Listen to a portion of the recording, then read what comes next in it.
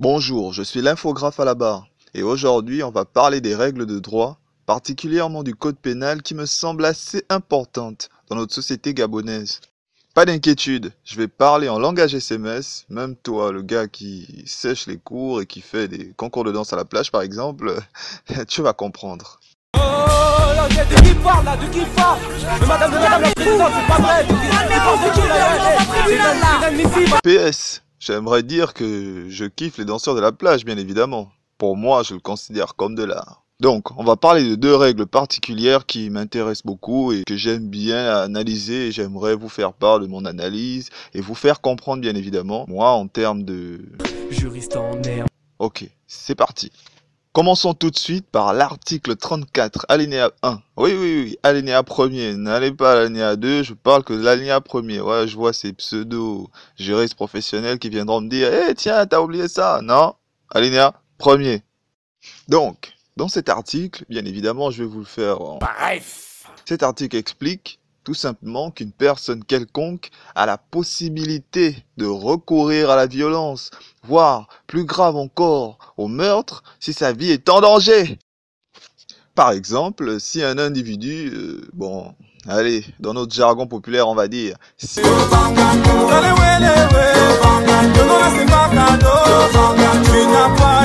rentre par effraction chez toi, et attention, si celui-ci te porte atteinte.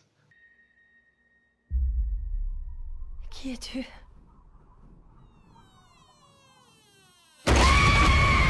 C'est-à-dire, s'il se dirige vers toi arme en main dans le but de l'utiliser, la loi prévoit que tu puisses te défendre. Donc, si tu as une arme, tu peux te sauver. En effet, ici, il est donc question de légitime défense.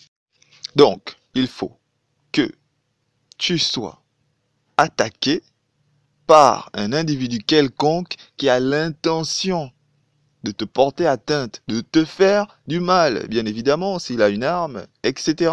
S'il veut te faire du mal, tu as la possibilité, selon la loi, de te défendre.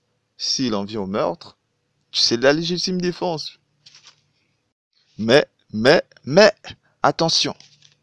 Cet article, bien évidemment, émet une nuance très importante qu'il faut prendre en considération. J'insiste alors sur l'expression de porter atteinte. L'individu quelconque doit porter atteinte à la victime.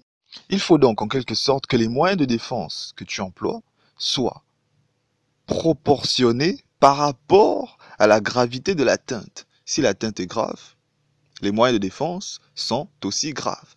Mais, bien évidemment, nous entrons dans la nuance. La nuance veut que si l'atteinte est moyenne et que tes moyens de défense, eux, sont graves, donc sont disproportionnés par rapport à l'atteinte que tu as subie, là, ça pose un grave problème. Ouais, c'est vrai, je reconnais, je dis beaucoup grave, mais c'est grave. Un exemple tout bête, si le est certes rentré par effraction et que tu l'aperçois et que, pris de panique, tu lui tires dessus, là, c'est toi qui es, comme on dit en droit bien évidemment dans cet article, pénalement responsable.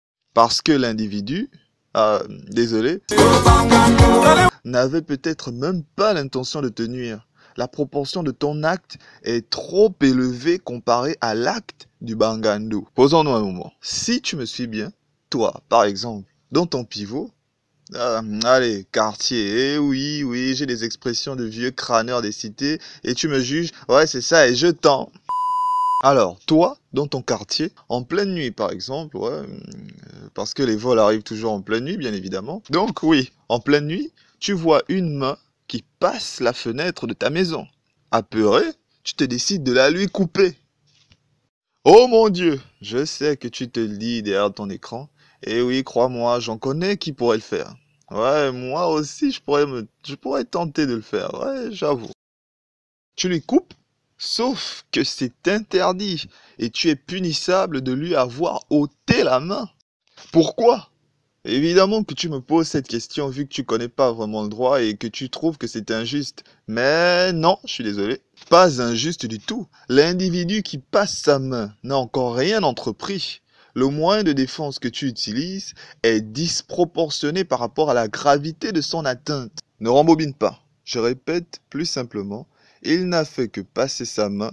La lui couper est bien trop trash. En plus, il y aura beaucoup de sang partout et crois-moi, c'est pas beau à voir. Donc, le passeur de main a le droit de te porter plainte.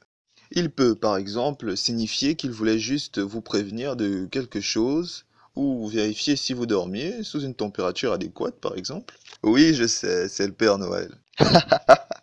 Plus sérieusement, son action et la vôtre ne sont pas proportionnables. La vôtre est bien trop grave. Oui, je retiens qu'il lui faudra un bon avocat, mais crois-moi, s'il y met du sien, il en trouvera en 2, 4, 6, juste pour te nuire, et peut-être même que grâce à ça, vu qu'il voulait te voler juste une télé, il pourrait obtenir plus s'il a gain de cause. Quelle ironie! Eh oui, c'est la loi. La loi est dure, mais c'est la loi. Oh, de qui parle là? De qui parle? De madame la présidente, c'est pas vrai.